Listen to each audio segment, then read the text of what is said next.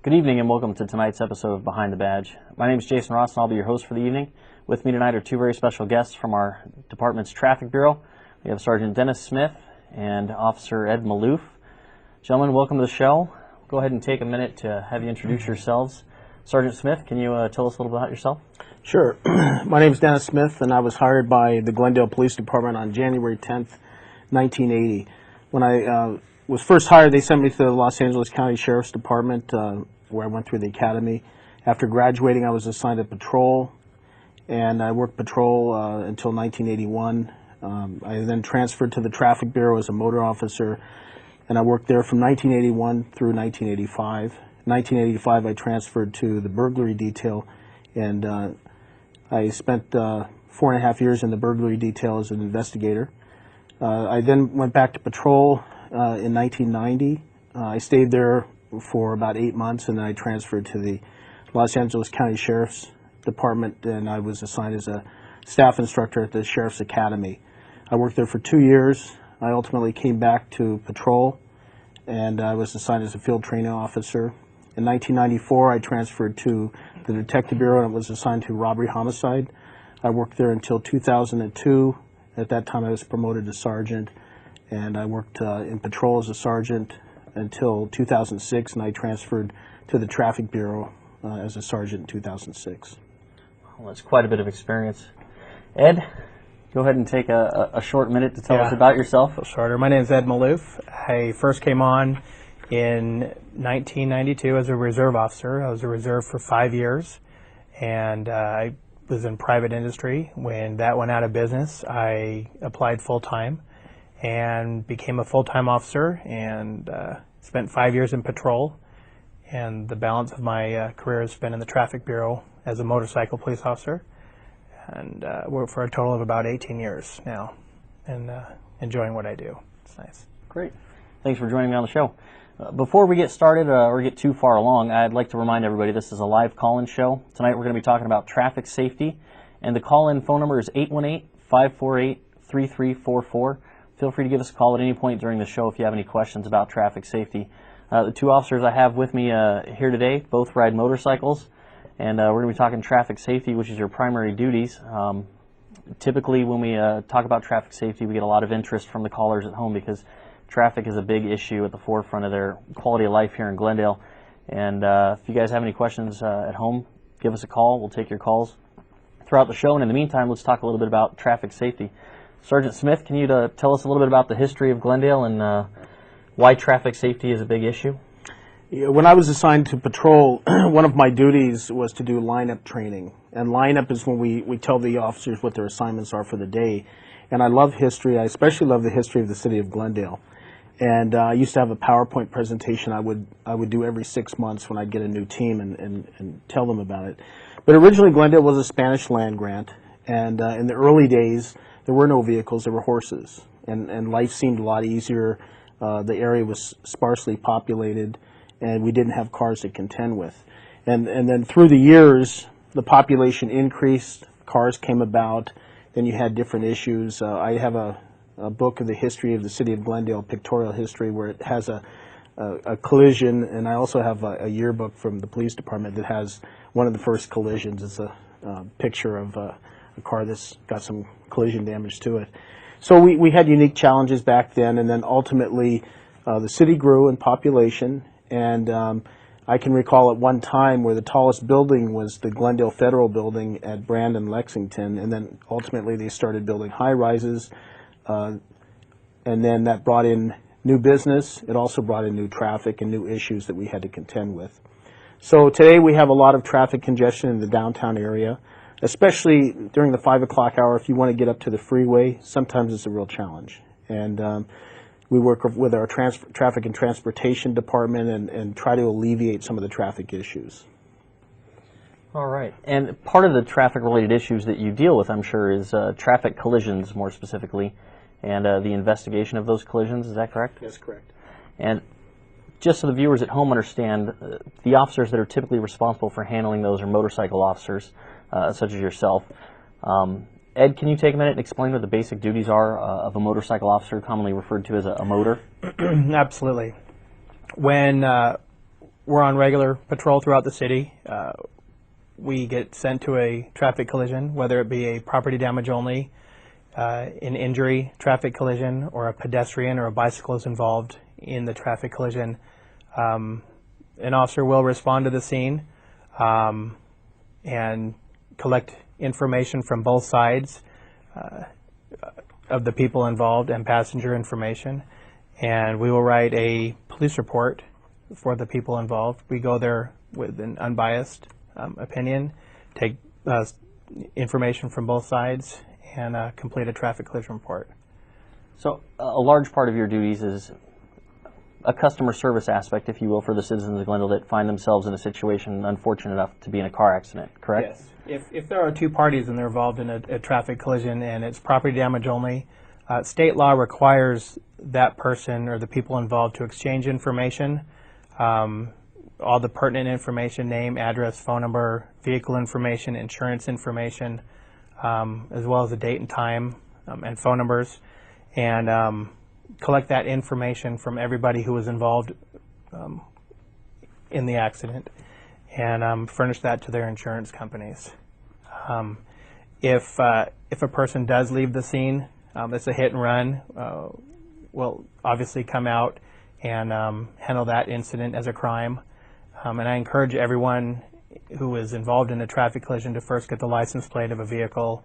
If somebody says, let's pull over, take a moment to just write down the license plate number, whether it be, if you have a pen, memory, cell phone camera, just note the license plate before you pull to the side of the road, and do so safely, obviously. Now, the Traffic Bureau also investigates those hit and runs, correct?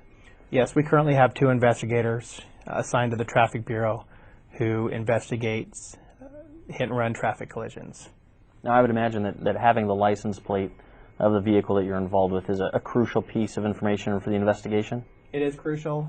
It will help us hopefully solve many crimes within the traffic collisions. And the information we gather even from the hit and runs can help other bureaus within the police department solve their crimes, maybe. Now, what are some of the reasons why people might flee the scene of a traffic collision? We've found when people flee the scene of a traffic collision, they might be unlicensed, they might not have insurance, they might be borrowing someone else's car, or just scared to get into trouble. If maybe they have traffic warrants or any type of outstanding warrants, and they'll want to flee the scene because they're trying to most likely not talk to the police, not deal with the police. All right. They could also be driving under the influence or possibly Right. have a suspended license as well. Okay. Before we get on to the next subject, I'd like to remind everyone that the phone number is 818-548-3344. It's a live call-in show. If you have any questions about what we're talking about, any concerns regarding traffic safety, feel free to give us a call. We'd like to take your questions. In the meantime, let's talk a little bit about traffic enforcement. It's a not so pleasant subject typically because people associate that with citations. Being motor officers, one of your duties is issuing citations for traffic infractions. Sergeant Smith, would you like to tell us a little bit about what some of the things your officers are seeing these days? Well, they see a multitude of different things. I think things have become more complicated over the years. When I came on the department, they didn't have, for example, they didn't have a seatbelt law back then. They didn't have a child restraint law. They didn't have cell phones. So there weren't as many challenges as there are now. There's a lot more people that are doing things that distract them from their driving. And I think that's a unique challenge for us to try to keep up with it. We have to stay on top of technology. New laws are enacted. You have to be constantly vigilant in knowing what the laws are and how to enforce them. But our officers are very proactive. That is their main function, is to go out and enforce traffic laws, investigate traffic collisions. And a lot of people, they don't like to get a ticket. So what you try to do is you try to educate them. And hopefully we can correct bad behavior by giving them a citation. And some people, they will readily buy into the fact that they made a mistake, and they will correct their behavior. Some people, they have a hard time owning up to it. But ultimately, I think it does instill that the police are out there, they're looking for violations, and if somebody is breaking the law, then we will issue a citation. Now, we've touched briefly on a couple aspects of traffic safety. I remember when I came on the job, I heard the 3 E's of traffic. There was education, enforcement, and engineering. The entire goal of traffic safety and traffic enforcement is to make the streets safer, right? That's correct. So when we talk about issuing citations to people, albeit there are certain theories as to why officers write citations, the underlying theme is to reduce injuries, increase the level of safety for the motorists and the pedestrians here in the city of Glendale, right? That's correct. Yes. Let's talk briefly about the safety side of things and some of Glendale's statistics as far as vehicles versus pedestrians, fatalities, things of that nature. Sergeant Smith, I believe you have some statistics on that? Yes, I look at our statistics and how we rank through the California Office of Traffic Safety. And we're grouped in the Group B category. And Group B cities are any city that has 100,000 to 250,000. And there are currently 55 cities in California that have that population ranking. If you're ranked number 1, it's really bad. If you're ranked number 55, it's very good. And in terms of overall auto pedestrian collisions, we're ranked 8 out of 55, which is not that good. The lower the number, the worse it is. For pedestrians 65 years and older, we're ranked number 2, which is very bad. We currently have a grant in place that deals with pedestrian education and speed enforcement, and we're trying to overcome that issue and make these stats go down. Last year we had 97 automobile pedestrian collisions where there were 97 victims that were injured or killed. Most of them were just injured in those collisions. And we are trying to reduce that number. Now we did reduce it from that's 2008. In 2007 it was 129. So we did reduce it considerably. We would love to have it where nobody got hit by a car. And in fact, Ed and I were walking over from the police station about an hour ago, and there was a car proceeding southbound on Isabel, and we were clearly in uniform right there at the crosswalk. It's a crosswalk with crosshatch markings in it, and this guy waved to us and swerved around us and failed to yield to us. And I can tell you that we have a big problem in the city. We're trying to educate people. I constantly talk to people about what unmarked crosswalks are, marked crosswalks. We've had in-roadway lighted crosswalks placed by our Traffic and Transportation Department.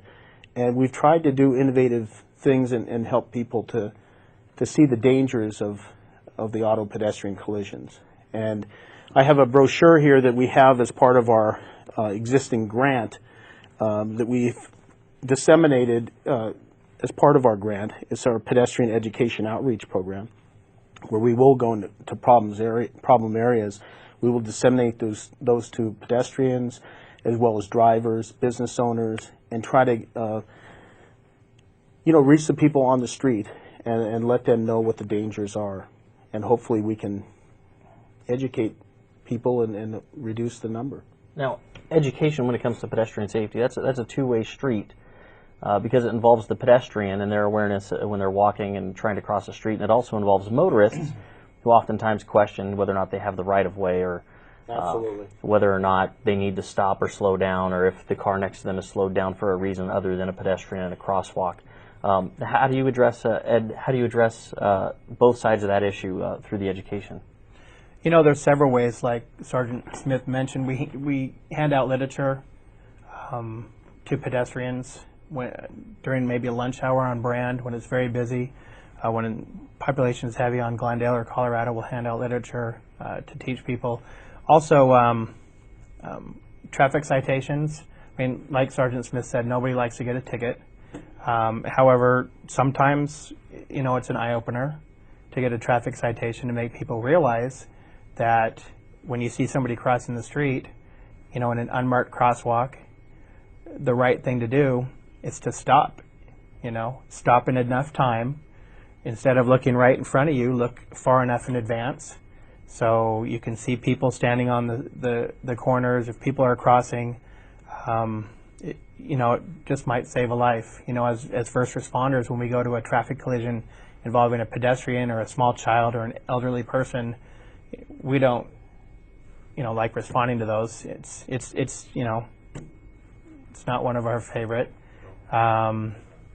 So the other thing that I always try to stress when I give a talk to people about pedestrian safety is you can have the right of way 100% of the time, but unless you're really paying attention, like Ed and I were right at the crosswalk outside the studio here, if we hadn't been paying attention, we would have got hit. And you can have the right of way, it doesn't really matter. Most of the collisions can be avoided if the pedestrian was just more vigilant. Now they can be totally in the right, but unless you make eye contact with that driver and you're sure he's going to stop, he or she is going to stop, it's not smart to cross in front of them. So we were actually very, very cautiously walking out into the roadway, and this person failed to yield. So I really try to stress, just be hyper vigilant out there. I've gone out and looked at different people at crosswalks as they cross, and a lot of the people are distracted. They could be talking on a cell phone. They could be reading something. They might have an umbrella that blocks their view. They don't look back and forth, and I think it's something that they need to do. That sounds like a great introduction to one of the videos that we have tonight. We'll show it here in just a couple seconds. Before we do, I'd like to remind everyone, it's a live call-in show. We're all here to answer your questions or address any concerns you might have with traffic safety. The phone number is 818-548-3344. Please give us a call at some point during the show. We'd love to hear from you and maybe clear something up that we otherwise wouldn't talk about this evening. This video coming up, I guess, shows people crossing the street, and you're going to narrate it for us Sure. as to the do's and don'ts of how to cross the street. Sure. Let's go ahead and roll that. Okay, now this lady is crossing. She's got this umbrella. She looks at traffic in both directions. However, now she's got her head down. She should be looking in both directions because I wouldn't be comfortable as a pedestrian knowing that they were going to stop. Now you can see that her vision is blocked by the umbrella at this point. She can't see cars approaching from the east. And she should be looking back and forth. And fortunately, the cars did stop and yield to her, but in that case, I think she should look. Now, this pedestrian, he actually crossed behind a vehicle that was beyond the limit line. These people crossing here are doing so in a safe manner. However, I would be looking probably a little more to my left if I were them. Okay, now this man, he made eye contact with the driver, and he actually made a hand signal, and the person did yield to him. And he's basically hurrying across the street, did a good job. Now, this is a lady and her daughter. They were catching the Beeline bus. You can see the daughter, she looks at her cell phone, and then she was texting down at her cell phone.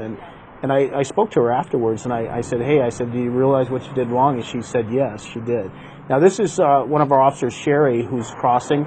And I was her eyes and ears here. We were very scared to do this part, but she's looking down at her cell phone, not paying attention to the cars coming in either direction. And she had to really trust me because, like I said, I was her eyes and ears at this point.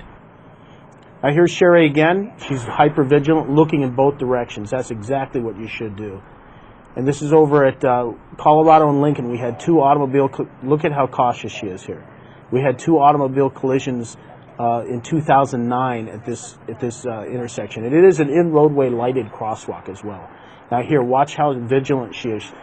She doesn't step out. She does have the right-of-way there. That car didn't stop. She steps out. She's very cautious in how she crosses. She's making eye contact. She's comfortable they're going to stop. And now she's looking over to the opposite direction. This is the way you should cross the street. It's a very good job. Constantly looking back and forth. You know, one of the things I noticed there, even after they've made it 2-3 lanes into the street and the demonstration of how to cross the street, she's continuing to look back and forth. And I think a big cause of pedestrian and vehicle accidents might be that you see one car stop and you assume that everybody else is going to stop, and you walk right past that one car, and the next lane over there's somebody driving that's talking on their cell phone, comes flying through the crosswalk, and you just expected everybody to follow the lead of that first car. Right. I also noticed that it looked like you captured a few vehicles failing to yield to pedestrians and crosswalks there, and I'm sure there were officers standing around, there were cameras and things like that. Was it a bit of an eye-opener to be in a non-enforcement role while filming that and to still see the stuff going on?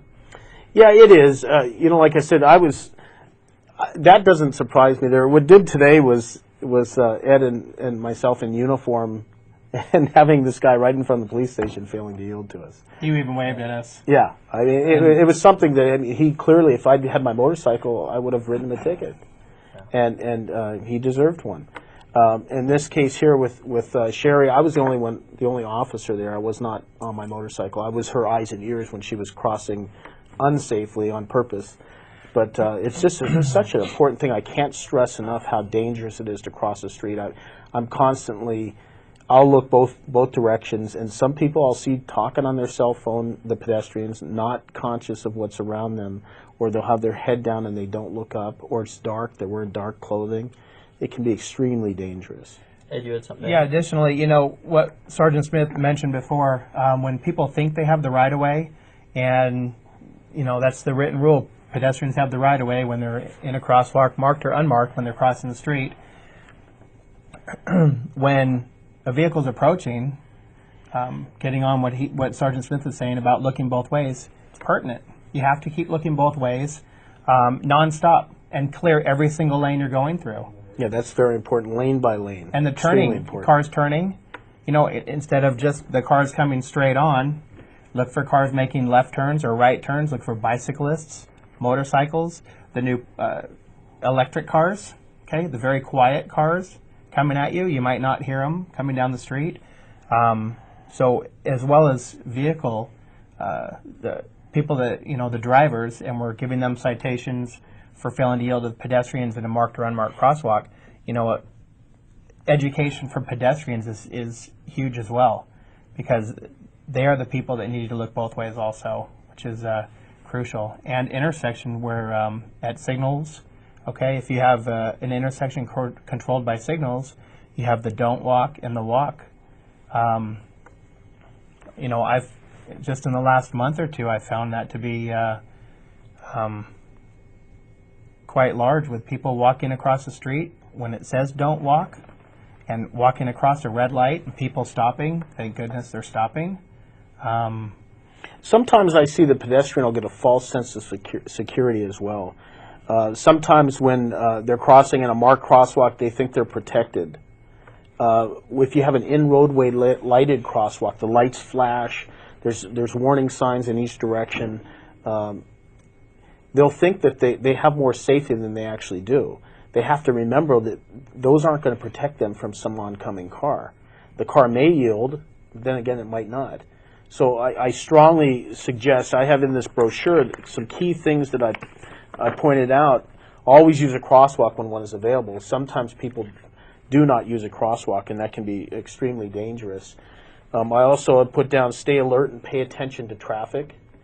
Always look to the left, then to the right, then to the left again. Make eye contact with the driver. Don't cross the street until you know that the approaching vehicles can see you and that they're going to stop. And obey pedestrian signals. There are several locations in the city, like over at the Galleria, where it'll have a sign, an international pedestrian sign with a red circle and slash through it, where there is no pedestrian crossing. And that is for a reason. Our traffic and transportation department have put those signs up in different parts of the city because they've deemed that it's unsafe for a pedestrian to cross there, or it would hamper the smooth flow of traffic. Wear light-colored clothing so that drivers can see you during nighttime hours. And remember that painted lines and flashing lights don't stop cars. It's a big motivator to pay attention when you're crossing the street. Oh, yeah. We'll take a brief second to remind everybody this is a live call-in show. The phone number is 818-548-3344. Please give us a call. We're talking about traffic safety tonight. Hopefully, if you have any questions at home, you'll feel comfortable enough to give us a call and ask us about your concerns or some of the issues that you may be seeing driving the roadways here. I know there are a lot of topics having to do with enforcement and education and things like that, where people have a viewpoint that may differ from ours, and they may have questions about some of the vehicle laws that maybe we can help clear up for them. Talking about crossing in the crosswalks and paying attention, briefly, when I was 16 years old, I crashed into a car on rollerblades. And I remember after that, it was a big eye-opener. The car was backing out of a driveway, and I just simply didn't have time to react because backing out of a driveway with brick walls or coming out of an underground parking garage, which I know we have quite a few of here in Glendale. The people on the sidewalk or on the street directly in front of those driveways don't have much time to react. But once you've made good contact with a 2,000-pound, 3,000-pound vehicle, you realize that you may have the right of way, if I'd been walking or something like that, but you're going to lose when you're sitting in the hospital and you're sore or suffering from injuries. Now, in the video that we saw there was a girl using a cell phone while crossing the street, and we immediately recognized that that might not be such a smart idea. It also works on the other side where you have drivers now driving and texting, and it seems like the state's taken a very proactive step towards addressing some of these distractions. Ed, can you take a minute to talk about some of the other distractions that we're seeing and how it affects your enforcement? Absolutely. Real briefly, getting back to the crosswalks, I'd like to talk a little bit about the pedestrian signs. Please do. Just real quick, when a pedestrian's approaching a traffic-controlled intersection and there's a walk symbol, okay, it means the pedestrian can step off the curb and walk and cross to the other side. Still encouraged to look both ways at all times for people turning or maybe going through a red light, what have you. If you were on the corner and it's flashing the pedestrian box and you see a flashing hand, that means do not proceed off the curb. Okay, if it's flashing while you are in the crosswalk, it means proceed to the next corner and finish crossing the street. Again, if you're on the corner and if it's a solid red hand, do not start walking across the street. I think a misconception is people see the green light, even though the traffic symbol might be a flashing hand or a solid hand.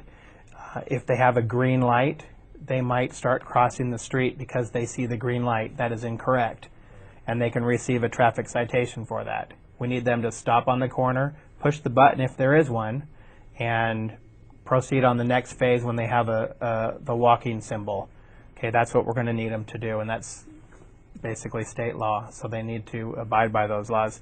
And it's unfortunate when you have an elderly person crossing the street and they'll start off and they say they saw the signal was green, and they'll get to the first one or two lanes, and then the traffic signal will change and cars will start coming into the intersection. Hopefully they'll stop, and I've actually put my police motorcycle on the intersection, hit my lights and siren, and got everybody's attention and crossed the person across the street. But if we're not there and somebody's not paying attention because they're distracted, that's an issue, and it's a problem where somebody might get hit by a car.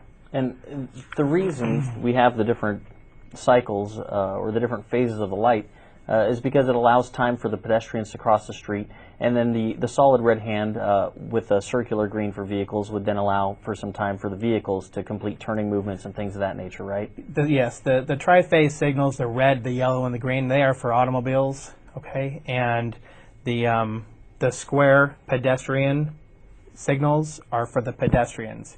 Another thing was, now we have the countdowns on the pedestrian box.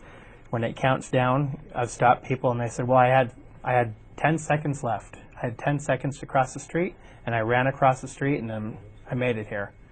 It's not the idea of those. So. All right. Well, it looks like we've got our first caller this evening. Jacob in Glendale. Hi, I'm calling about limit lines and crosswalks. I often see cars just go right into the crosswalk when I'm trying to walk across. Can they do that? Is that really allowed? That's a really good question, and thanks for calling in, Jacob. Ed, do you want to address that? Yeah. Great question, Jacob. Technically, no, they can't do that. As soon as they cross the first limit line, technically they're considered failing to stop at the limit line for a red light, and they can be cited for not stopping behind the limit line. They need to keep that area clear. There's also another section of the vehicle code which prohibits cars from stopping in the crosswalk, especially when there are pedestrians crossing the street. If a pedestrian is crossing the street and someone is there, just be extra careful. If you're walking in front of the car, I've seen where people will walk in front of the car and they might be looking at the driver, giving them a dirty look, and unbeknownst to them, they're walking pretty close to a lane of traffic in the same direction they might be going in. So that can be dangerous, as well as when you're walking behind the car. Do regards, caution if the driver's not, oh, sorry for blocking your way, and they might start backing in the lane to get out of your way when you're actually crossing behind them. So no, that's not appropriate for a car to stop in the crosswalk, and use caution when crossing. Jacob, thanks for your call. I'd like to remind everybody at home, we are taking calls. It's 818-548-3344. It's a live call-in show. We're talking about traffic safety. We're going to go to a short video here in just a few seconds about watching the road. Before we go to that, we've got another half an hour left. We'd love to answer your questions and address your concerns. That was a great call, Jacob. Limit lines at crosswalks is something that I think confuses people, especially with the way drivers are with rolling through that first part of the crosswalk and in preparation for making a right-hand turn, or just out of laziness, not stopping prior to that. That's something that motorists need to be mindful of, and pedestrians the same when they're preparing to cross the street. Let's go ahead and watch the video. Hi, I'm 8 years old, and in the next 15 seconds, I'm gonna get hit by a car. Always look both ways before you cross. Drive with caution around kids. Traffic safety is everybody's responsibility. Watch the road. I walk to school every day with my friend Liliana. My mom told me we should be careful and watch out for cars. She says a lot of people drive fast in the morning because they're late for school or work. They don't always pay attention to the people crossing the street. My mom says don't assume drivers see you. That's why when I come to a crosswalk, I always remember what Walking Willie says. Wait, watch, and walk. Please walk defensively. It may save your life.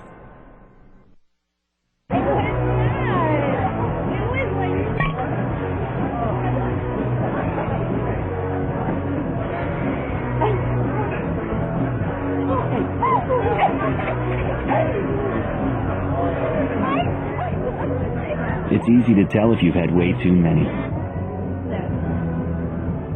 But what if you've had just one too many? Buzz driving is drunk driving.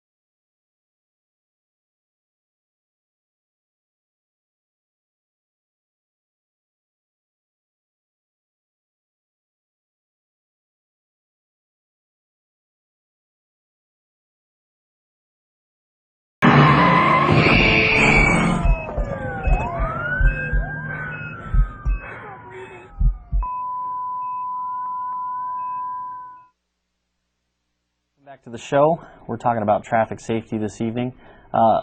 Just a brief announcement. We've been having problems with our call-in system. The phone number is 818-548-3344. If you're calling and you can't get through, please keep calling. We're working on the system and we'll take your call as soon as we can. In the meantime, Ed, let's talk a little bit about distractive driving. I'm sure over the years there's been a huge increase in distractive driving. I'm sure the term distractive driving wasn't even around 20 years ago. Can you tell us a little bit about that? Yes, and it has increased actually, Jason. It used to start out with the crying kids in the back because they were never seat belted, and they'd hop over the front seat and, bug the driver, mom or dad or the driver, and maybe change the radio station, and the distractions were what they were then. They have certainly increased with cell phones, cell phone calls, texting, iPods, just the new and upcoming electronics that are out there. GPS. The GPS and nav systems. Also, people eating, putting on makeup, shaving.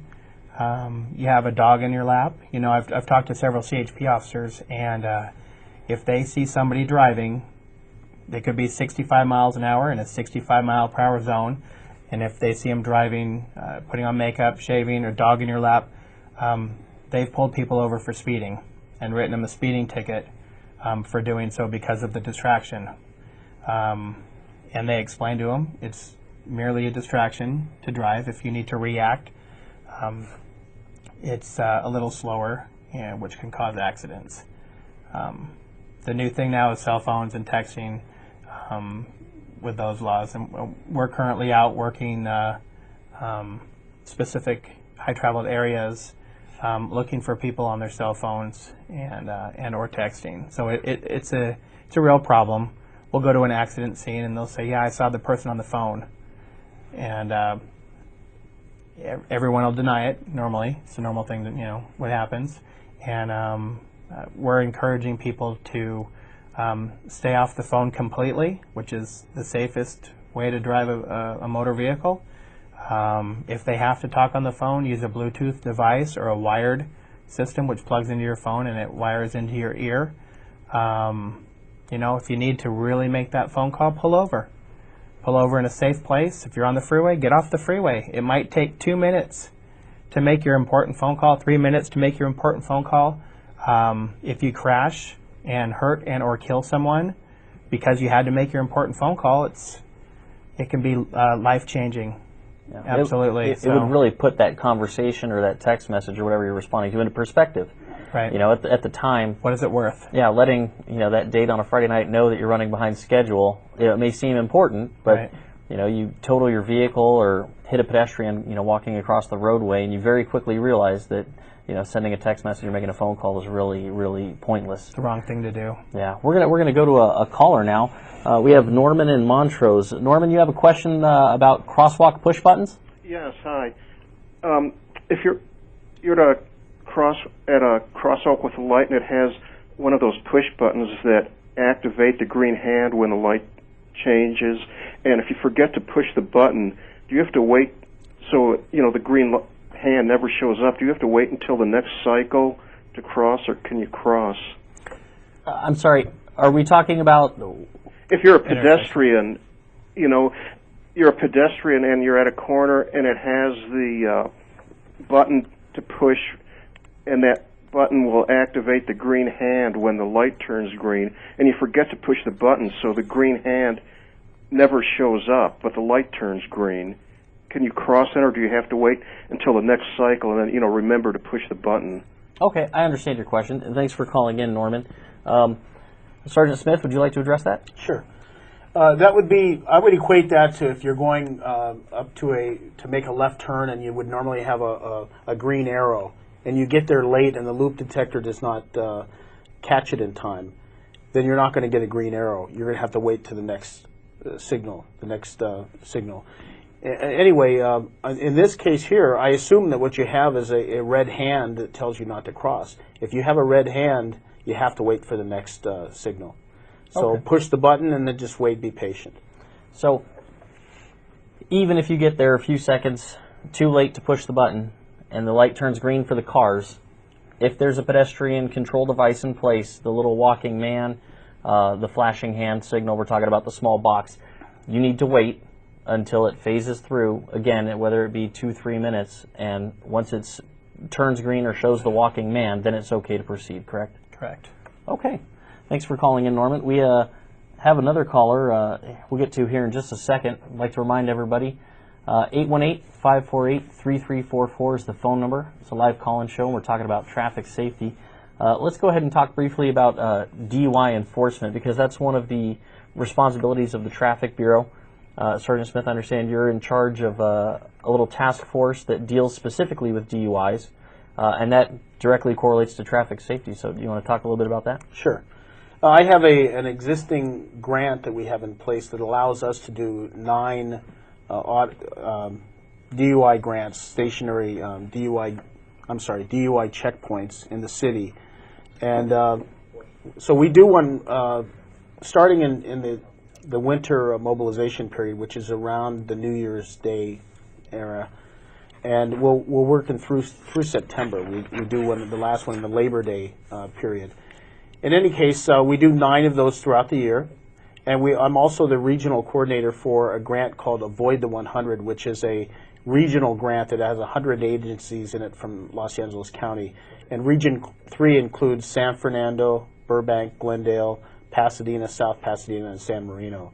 And I'm in charge of setting up the DUI checkpoints on that. We also do DUI saturation patrols in regards to that grant, and also a warrant sweep. If we have people that have warrants for DUI or other like offenses, we will go after, we'll verify the warrants are good, we'll try to arrest those people and get them into the system. We also have officers that are currently in training to become drug recognition experts. And this is a fabulous program because they're highly trained, and it helps us to really identify people that are driving while impaired. All right. Let's take a quick break from talking about that. 818-548-3344 is the phone number to call in. We've got another caller on the line. Larry, you have a question about crossing the street. What's your question? When I go on Brand and Broadway and I'm crossing east-west on Broadway, the signal doesn't react. It doesn't give me enough time to get across. I walk with a walker, and when I get about halfway across, it already starts the red hand flashing. By the time I get to the other side, the light is changing for the traffic, the automotive traffic, to go across. And I've been greeted very, politely, let's say. And I was wondering, is there any way they could extend that period of walk time across that intersection? Okay. I appreciate the call, Larry. The timing of the traffic signals is one aspect of this, and we'll talk about that. But the right-of-way that comes with entering the roadway when it's legal for you to do so, Ed, when you step off the curb and you have a go-ahead, a walk signal, you're allowed to continue crossing the street until you make it to the other side, correct? That's correct. In most instances, like say on Glen Oaks where you have a center divider, if you've crossed to the center divider and you have that steady red hand, then you have to wait there on the center divider and push the signal across the other side. And I don't believe that's the case at Brandon Broadway. No, that's not the case at Brandon Broadway. And there is no center divider there, so that Right. would apply where you would be able to continue crossing the street. Okay. So, Larry, I hope you heard that. When you're crossing at Brandon Broadway, you're allowed to continue crossing until you make it safe with the other curb. And the vehicles, I think you hinted at maybe being honked at a few times. The vehicles need to understand that if you enter at a time when it's legal for you to do so, you can continue crossing until you've reached the other curb safely. We do have some intersections here in the city of Glendale that are very wide, like Glen Oaks, where you may have an island or a center divider that provides a separate traffic control device for the second leg of that journey. And it's sometimes required of you to stop there, press the signal, and wait for another phase to go to the other side. Is that what I'm getting? Yes, and there are signs that say to do exactly that. And also, Larry, you might consider going to the mid-block crosswalk. I know it might be a nuisance for you, but you might go up to that mid-block crosswalk that's just north of there or just south of there, and they have a bump out, so it's not as wide of a crossing area. And it is an in-roadway lighted crosswalk as well, and I think you would be safer crossing there, actually. All right. We appreciate the call, Larry. As long as you're entering the intersection when it's legal to do so and you're being careful, keep at it, and hopefully the motorists will be a little more respectful of the time it takes for you to cross the street. We've got enough time left for a few more callers. The phone number is 818-548-3344. It's 818-548-3344. We're talking traffic safety tonight with Ed Maloof and Sergeant Dennis Smith. Well, let's get back to DUIs. We were touching briefly on that before we took a couple calls. These task forces that you deal with and the checkpoints that you operate, what's the goal behind those? to educate the public and hopefully get people. We're not against people having a good time, but if you're going to drink, don't drive. That's the thing we're trying to get out to them. We're doing a checkpoint this Saturday night, the 26th, and we publicize it. We put it on our website, and hopefully encourage people just don't drink and drive.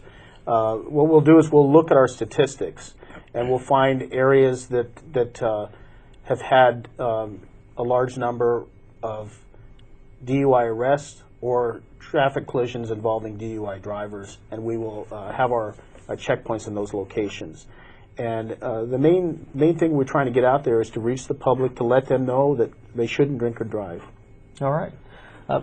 Before we get to this next topic, I want to remind everybody again, it's a live call-in show. Feel free to give us a call, 818-548-3344.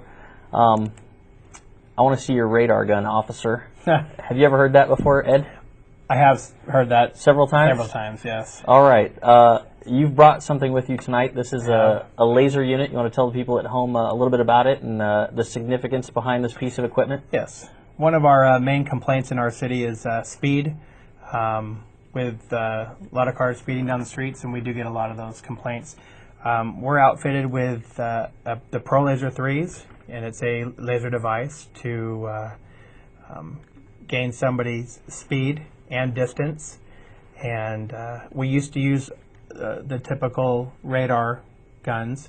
Now these are the laser guns, which sends out light pulses, and it's target specific. You look through the hole right here, and you put it on the target. Okay, it's very target specific.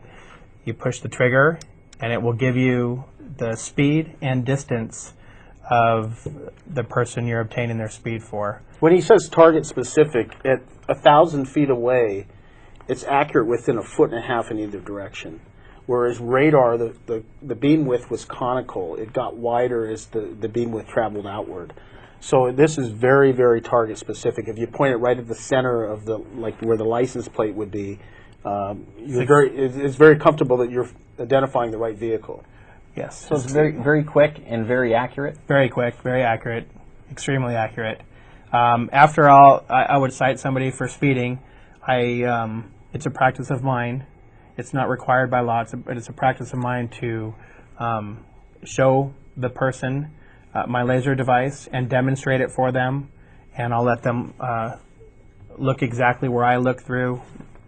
Look at the little trigger, what have you, the button that I push, and I will get examples of other vehicles on the roadway and tell them their speed and the distance. And if I have, if I'm giving an example and I have 5 cars approaching or going away from our location, I'll pick out the middle car, the second or third car, and I'll say, you see the red van, and I'll get the red van, whereas radar is just sending out the waves. It picks up the most reflective object, radar. With radar, yes. So I'll put it on a specific target, or a specific car, if you will, and obtain their speed and distance. And it sheds a little light on the tools we're using out here. And one thing this does is it confirms our visual estimate of a person's speed. Part of the class requires us to estimate vehicle speed, and we have to be accurate. I believe it's 80% of the time or 85% of the time. Yes, it's within 5 miles per hour. Right. So once you do it for a while, you get pretty good at it. And if I see a car and I think, okay, this one's doing about 50 miles per hour, it should be within 5 miles per hour of that, and I confirm it with this device. And it will tell me 53 miles per hour at 276.5 feet. That's an example of how it works. And a lot of people say, well, how far can you go? As far as you can basically see the car. I've gotten a car at over 1,000 feet. I was on San Fernando, got a train at 4,500 feet before. So the distance is there, and it's extremely accurate. So I encourage people just to go the speed limit, slow down, go the speed limit to avoid a citation and save lives. All right, that's pretty neat. Our next caller, Stephanie, has a question about a speakerphone. Stephanie, are you there? Yes. I have a question in regards to the cell phone. If I'm using my cell phone in a car, Am I allowed to have it on speakerphone in my hand, or does it have to be completely hands-free? That's a really good question, Stephanie. Thanks for calling. I'm going to have Ed handle that one since you've been talking about distractive driving. Okay. I think she was asking, and I've seen this before. It's the ear-free kit, I think, and not the hands-free kit. It's Yes. People will put a phone on speakerphone and hold it near their face and drive like that, somehow thinking they're in compliance with the law. Yes. Can you shed some light on that? Yeah, Stephanie, that's a great question. When they say hands-free, it's hands-free.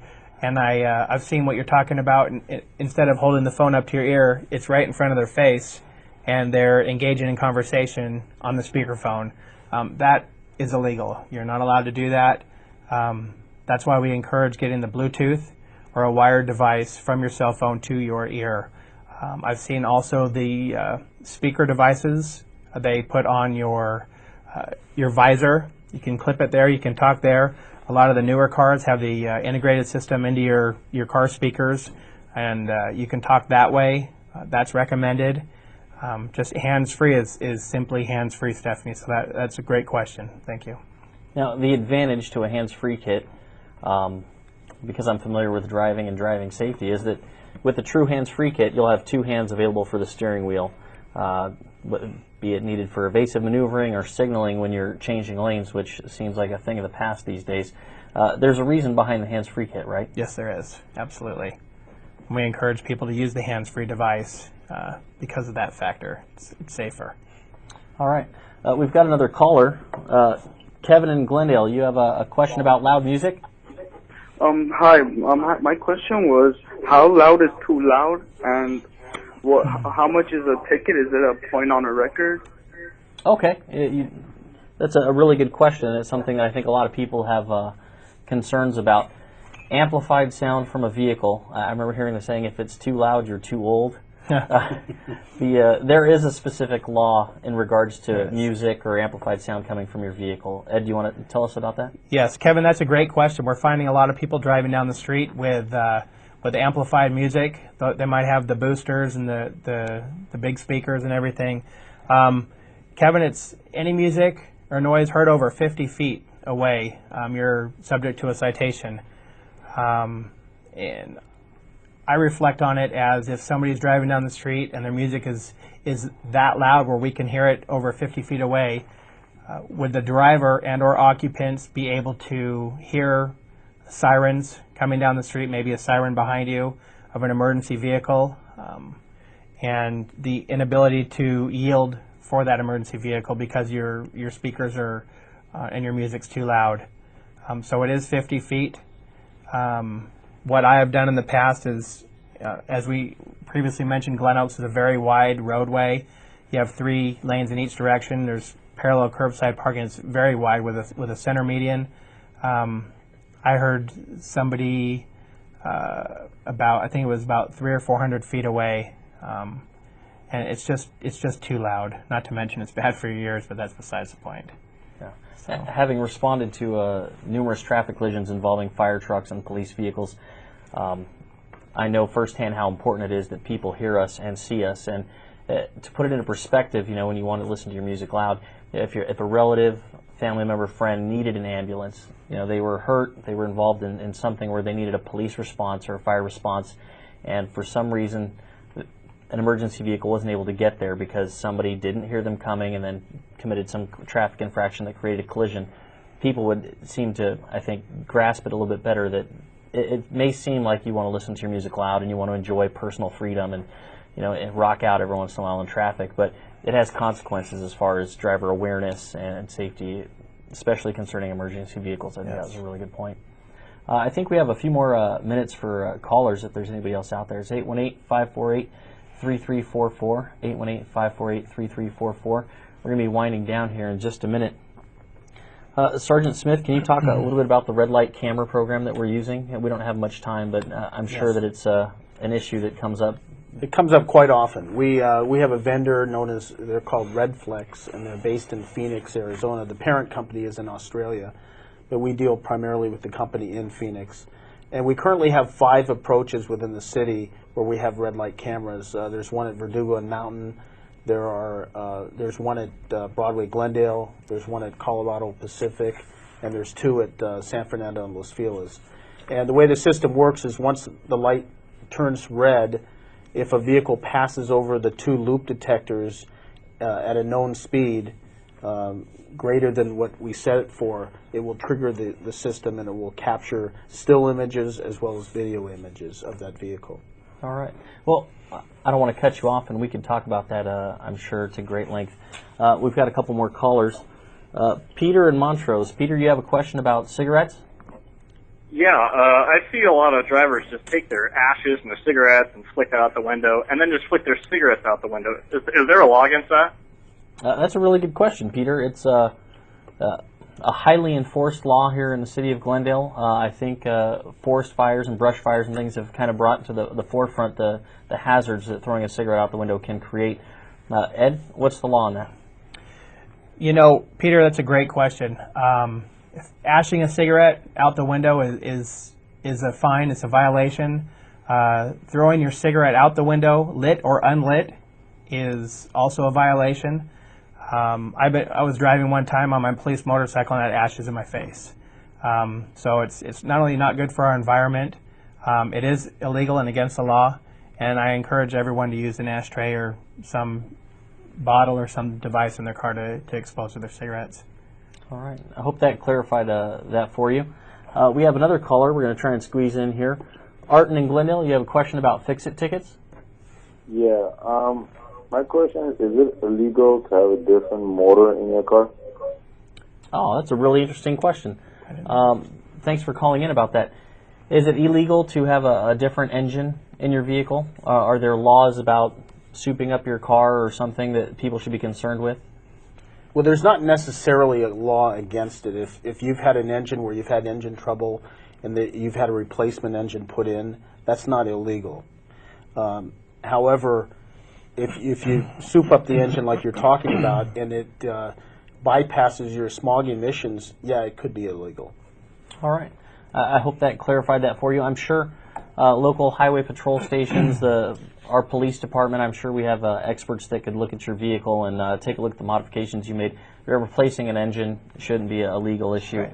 Modifying it, you got nitrous and all sorts of CO2 bypassers and whatever, then you might be getting into a situation where you're driving an illegal vehicle. We're not going to have time to take any more calls tonight. Let's touch briefly on the red light cameras again. We took that quickly, and then we'll talk about click it or ticket. Does an officer have a role in the red light tickets? Yes. Initially, when we have a violation of one of the red light cameras when it's activated, the images will be transferred via the internet back to Phoenix, Arizona, and representatives from Redflex will look at the images and ensure that there is a violation. There's several people that actually look at those. I believe it's 3. And then if they feel that there is a valid violation, they will put it in our queue. We can access our queue from a computer, and we can see what's in there. And we have an officer that will actually look at it, verify that we have a clear reading of the license plate, that the driver is identifiable, that there is in fact a violation, and then ultimately they will authorize a citation to be sent out. All right. Looks like we're running out of time here. Ed, I'll give you one last shot at talking about something that may be on your mind, maybe pulling over when somebody sees lights and siren or something like that. And then Sergeant Smith, if you have any parting words for us. Okay. If a driver sees lights and siren coming up behind them, please pull to the right curb and stop and let the emergency vehicle pass. A lot of times I'll see an ambulance driving the center median on Glen Oaks on the grass to get around cars. Just please pull to the right, and that would be appreciative. All right. Sergeant, that is the law. And it's the law. You might get a ticket if you don't do it. Sergeant Smith, any final words? My main thing that I tried to stress tonight, and I will stress it again, we've had very bad luck in the city in terms of auto pedestrian collisions. We really try to make a difference. I would reach out to the pedestrians, be hyper vigilant. You may have the right of way. It might not matter. Just look at the crosswalk and evaluate the traffic and wait until it is safe to cross. All right. I think that'll just about do it. thanks for tuning in tonight. Until next time, please cross safely, drive safely, pay attention, and hopefully we can work together in reducing the number of injuries and fatalities we have here in Glendale.